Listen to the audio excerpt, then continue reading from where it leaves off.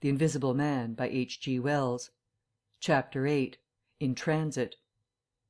The 8th chapter is exceedingly brief, and relates that Gibbons, the amateur naturalist of the district, while lying out on the spacious open downs without a soul within a couple of miles of him, as he thought, and almost dozing, heard close to him the sound as of a man coughing, sneezing, and then swearing savagely to himself, and looking, beheld nothing. Yet the voice was indisputable. It continued to swear with that breadth and variety that distinguishes the swearing of a cultivated man. It grew to a climax, diminished again, and died away in the distance, going as it seemed to him in the direction of Aberdeen. It lifted to a spasmodic sneeze and ended. Gibbons had heard nothing of the morning's occurrences, but the phenomenon was so striking and disturbing that his philosophical tranquillity vanished. He got up hastily, and hurried down the steepness of the hill towards the village as fast as he could go. Chapter 9. Mr. Thomas Marvel. You must picture Mr. Thomas Marvel as a person of copious, flexible visage, a nose of cylindrical protrusion, a liquorish, ample, fluctuating mouth, and a beard of bristling eccentricity. His figure inclined to embonpoint. His short limbs accentuated this inclination. He wore a furry silk hat, and the frequent substitution of twine and shoelaces for buttons, apparent at critical points of his costume, marked a man essentially bachelor. Mr. Thomas Marvel was sitting with his feet in a ditch by the roadside over the down towards Aberdeen, about a mile and a half out of Iping. His feet, save for socks of irregular openwork, were bare, his big toes were broad, and pricked like the ears of a watchful dog. In a leisurely manner he did everything in a leisurely manner he was contemplating trying on a pair of boots. They were the soundest boots he had come across for a long time, but too large for him, whereas the ones he had were, in dry weather, a very comfortable fit, but too thin-soled for damp. Mr. Marvel hated roomy shoes, but then he hated damp. He had never properly thought out which he hated most, and it was a pleasant day, and there was nothing better to do. So he put the 4 shoes in a graceful group on the turf and looked at them. And seeing them there among the grass and springing agrimony, it suddenly occurred to him that both pairs were exceedingly ugly to see. He was not at all startled by a voice behind him. "They're boots, anyhow," said the voice. "They are charity boots," said Mr. Thomas Marvel, with his head on one side, regarding them distastefully. "And which is the ugliest pair in the old blessed universe, I'm darned if I know." Said the voice. "I've worn worse. In fact, I've worn none, but none so audacious ugly, if you'll allow the expression. I've been caging boots in particular for days, because I was sick of them. They're sound enough, of course, but a gentleman on tramp sees such a thundering lot of his boots. And if you'll believe me, I've raised nothing in the old blessed country, try as I would, but them. Look at 'em, and a good country for boots, too, in a general way. But it's just my promiscuous luck. I've got boots in this country 10 years or more, and then they treat you like this." "It's a beast of a country," said the voice, "and pigs for people." "Ain't it?" said Mr. Thomas Marvel. "Lor, but them boots! It beats it." He turned his head over his shoulder to the right to look at the boots of his interlocutor with a view to comparisons, and lo, where the boots of his interlocutor should have been, were neither legs nor boots. He was irradiated by the dawn of a great amazement. "Where are you?" said Mr. Thomas Marvel over his shoulder, and coming on all fours. He saw a stretch of empty downs, with the wind swaying the remote green-pointed furze bushes. "Am I drunk?" said Mr. Marvel. "Have I had visions? Was I talking to myself? What the—" "Don't be alarmed," said a voice. "None of your ventriloquising me," said Mr. Thomas Marvel, rising sharply to his feet. "Where are you? Alarmed, indeed." "Don't be alarmed," repeated the voice. "You'll be alarmed in a minute, you silly fool," said Mr. Thomas Marvel. "Where are you? Let me get my mark on you." "Are you buried?" said Mr. Thomas Marvel after an interval. There was no answer. Mr. Thomas Marvel stood bootless and amazed, his jacket nearly thrown off. "Pew!" said a peewit very remote. "Peewit, indeed," said Mr. Thomas Marvel. "This ain't no time for foolery." The down was desolate, east and west, north and south. The road with its shallow ditches and white bordering stakes ran smooth and empty north and south, and save for that peewit, the blue sky was empty too. So help me, said Mr. Thomas Marvel, shuffling his coat on to his shoulders again. It's the drink. I might have known. It's not the drink, said the voice. You keep your nerves steady. Ow, said Mr. Marvel, and his face grew white amidst its patches. It's the drink, his lips repeated noiselessly. He remained staring about him, rotating slowly backwards. I could have swore I heard a voice, he whispered. Of course you did.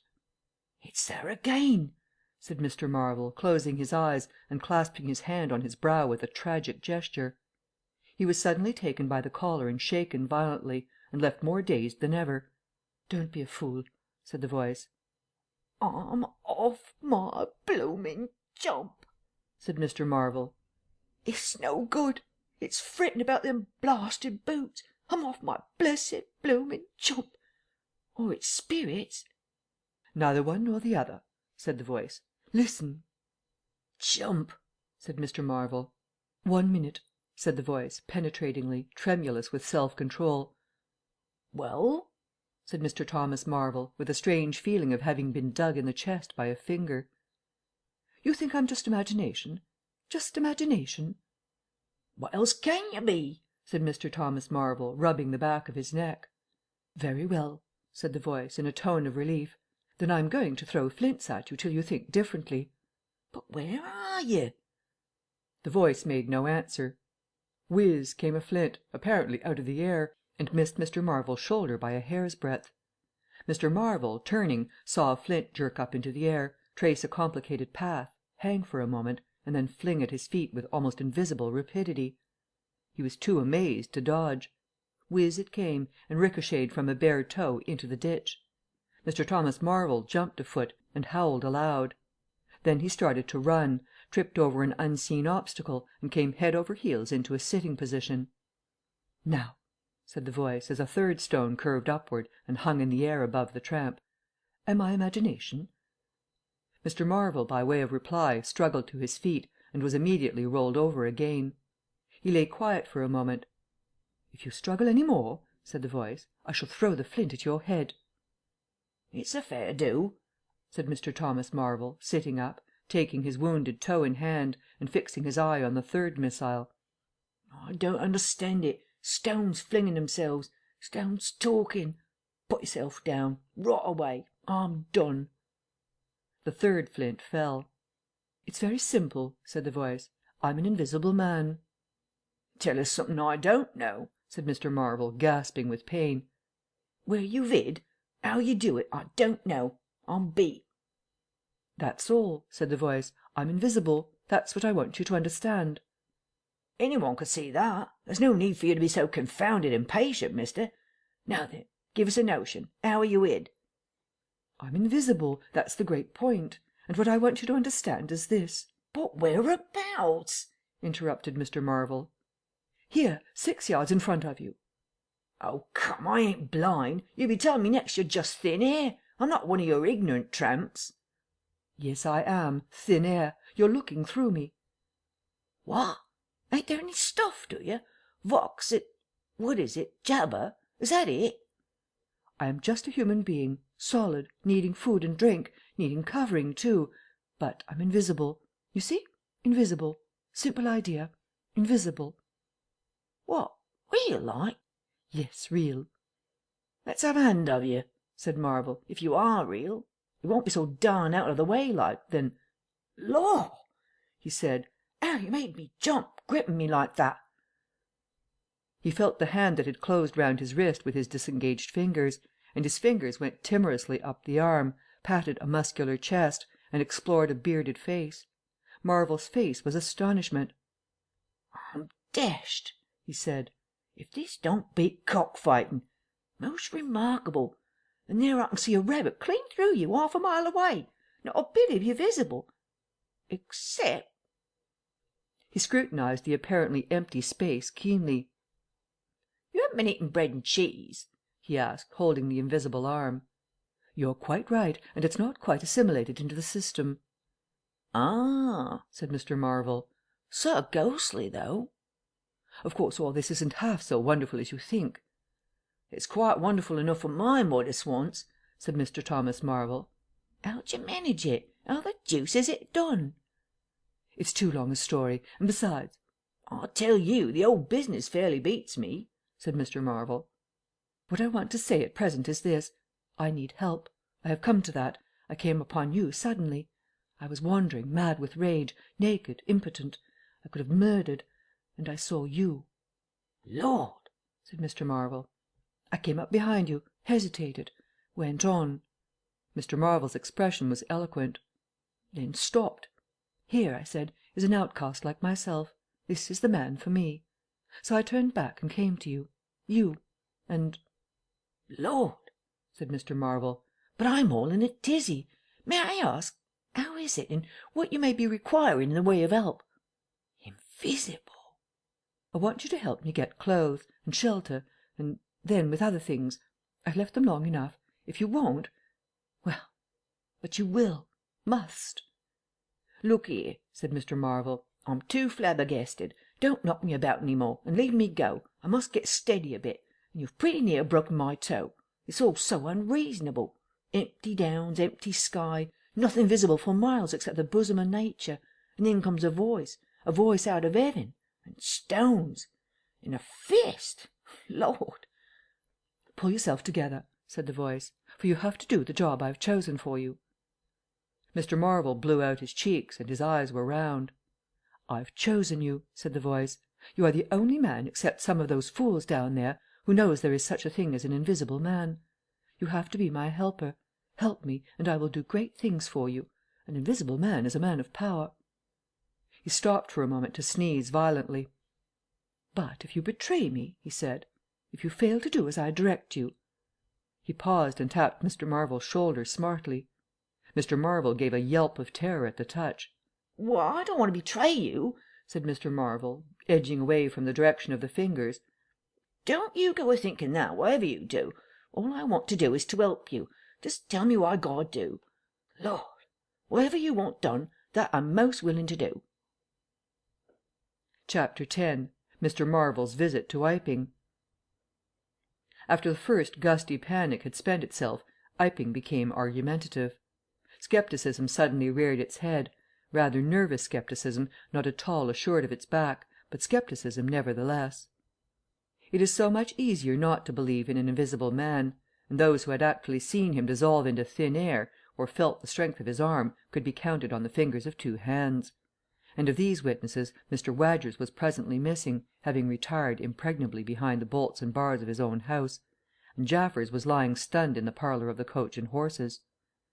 Great and strange ideas transcending experience often have less effect upon men and women than smaller, more tangible considerations. Iping was gay with bunting, and everybody was in gala dress. Whit Monday had been looked forward to for a month or more. By the afternoon even those who believed in the unseen were beginning to resume their little amusements in a tentative fashion, on the supposition that he had quite gone away, and with the sceptics he was already a jest. But people, sceptics and believers alike, were remarkably sociable all that day. Haysman's Meadow was gay with a tent, in which Mrs. Bunting and other ladies were preparing tea, while without, the Sunday school children ran races and played games under the noisy guidance of the curate and the Misses Cuss and Sackbut. No doubt there was a slight uneasiness in the air, but people for the most part had the sense to conceal whatever imaginative qualms they experienced. On the village green, an inclined strong rope, down which, clinging the while to a pulley-swung handle, one could be hurled violently against a sack at the other end, came in for considerable favour among the adolescents, as also did the swings and the cocoanut shies. There was also promenading, and the steam organ attached to a small roundabout filled the air with a pungent flavour of oil, and with equally pungent music. Members of the club, who had attended church in the morning, were splendid in badges of pink and green, and some of the gayer-minded had also adorned their bowler hats with brilliant coloured favours of ribbon. Old Fletcher, whose conceptions of holiday-making were severe, was visible through the jasmine about his window, or through the open door, whichever way you chose to look, poised delicately on a plank supported on two chairs, and whitewashing the ceiling of his front room. About 4 o'clock a stranger entered the village from the direction of the Downs. He was a short, stout person, in an extraordinarily shabby top hat, and he appeared to be very much out of breath. His cheeks were alternately limp and tightly puffed. His mottled face was apprehensive, and he moved with a sort of reluctant alacrity. He turned the corner of the church, and directed his way to the Coach and Horses. Among others, old Fletcher remembers seeing him, and indeed the old gentleman was so struck by his peculiar agitation that he inadvertently allowed a quantity of whitewash to run down the brush into the sleeve of his coat while regarding him. This stranger, to the perceptions of the proprietor of the cocoanut shy, appeared to be talking to himself, and Mr. Huxter remarked the same thing. He stopped at the foot of the Coach and Horses steps, and, according to Mr. Huxter, appeared to undergo a severe internal struggle before he could induce himself to enter the house. Finally he marched up the steps, and was seen by Mr. Huxter to turn to the left and open the door of the parlour. Mr. Huxter heard voices from within the room and from the bar apprising the man of his error. "That room's private," said Hall, and the stranger shut the door clumsily and went into the bar. In the course of a few minutes he reappeared, wiping his lips with the back of his hand with an air of quiet satisfaction that somehow impressed Mr. Huxter as assumed. He stood looking about him for some moments, and then Mr. Huxter saw him walk in an oddly furtive manner towards the gates of the yard, upon which the parlour window opened. The stranger, after some hesitation, leaned against one of the gate posts, produced a short clay pipe, and prepared to fill it. His fingers trembled while doing so. He lit it clumsily, and folding his arms began to smoke in a languid attitude, an attitude which his occasional glances up the yard altogether belied. All this Mr. Huxter saw over the canisters of the tobacco window, and the singularity of the man's behaviour prompted him to maintain his observation. Presently the stranger stood up abruptly and put his pipe in his pocket. Then he vanished into the yard. Forthwith Mr. Huxter, conceiving he was witness of some petty larceny, leapt round his counter and ran out into the road to intercept the thief. As he did so, Mr. Marvel reappeared, his hat askew, a big bundle in a blue tablecloth in one hand, and 3 books tied together, as it proved afterwards with the vicar's braces, in the other. Directly he saw Huxter he gave a sort of gasp, and turning sharply to the left began to run. "Stop, thief!" cried Huxter, and set off after him. Mr. Huxter's sensations were vivid but brief. He saw the man just before him and spurting briskly for the church corner and the hill road. He saw the village flags and festivities beyond, and a face or so turned towards him. He bawled "Stop!" again. He had hardly gone 10 strides before his shin was caught in some mysterious fashion, and he was no longer running, but flying with inconceivable rapidity through the air. He saw the ground suddenly close to his face. The world seemed to splash into a million whirling specks of light, and subsequent proceedings interested him no more. Chapter 11. In the Coach and Horses. Now, in order clearly to understand what had happened in the inn, it is necessary to go back to the moment when Mr. Marvel first came into view of Mr. Huxter's window. At that precise moment Mr. Cuss and Mr. Bunting were in the parlour. They were seriously investigating the strange occurrences of the morning, and were, with Mr. Hall's permission, making a thorough examination of the invisible man's belongings. Jaffers had partially recovered from his fall, and had gone home in the charge of his sympathetic friends.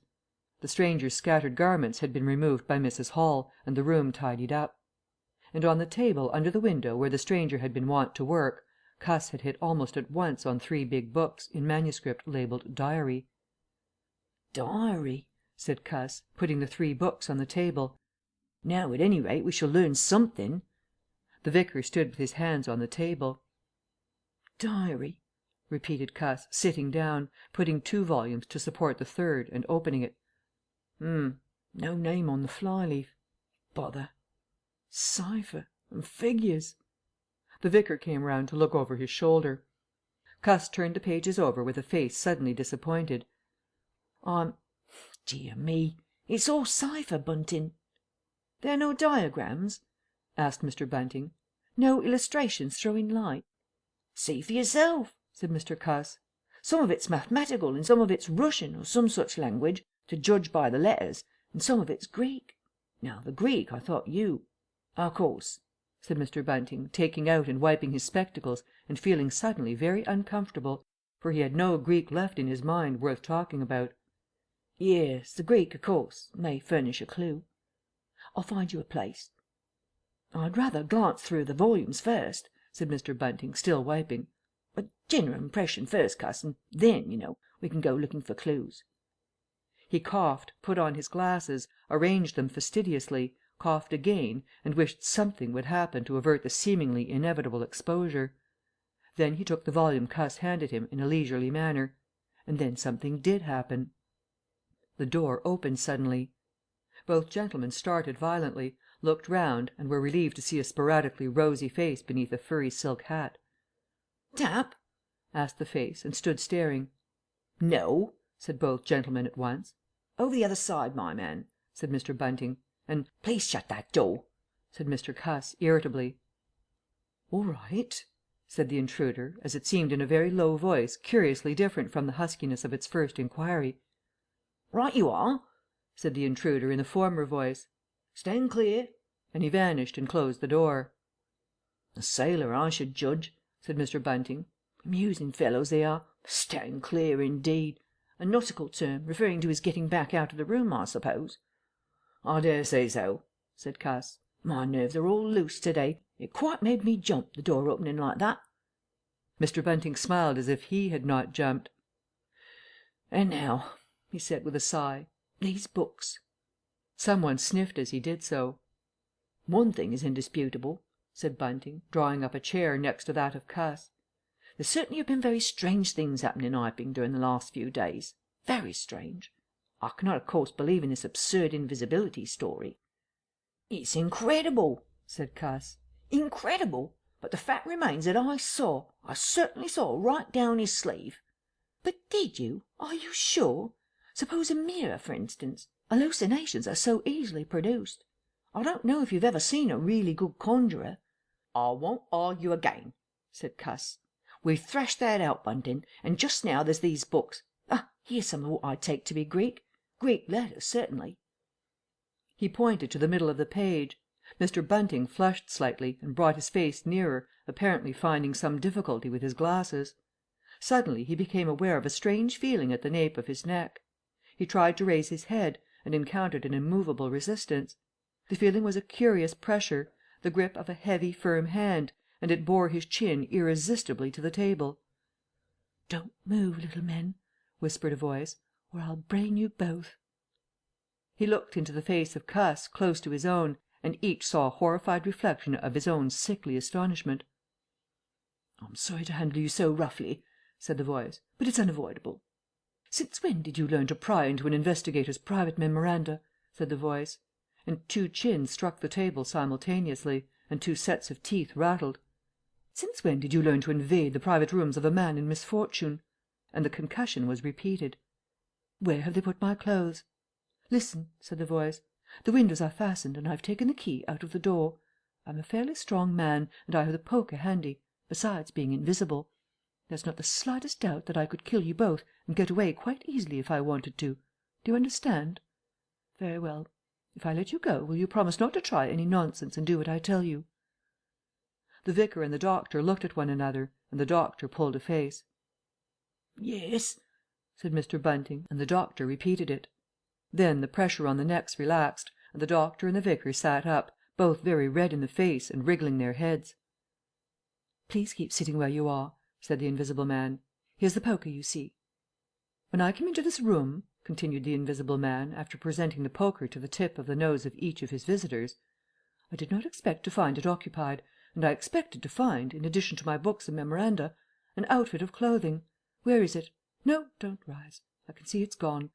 Now, just at present, though the days are quite warm enough for an invisible man to run about stark, the evenings are quite chilly. I want clothing and other accommodation, and I must also have those 3 books."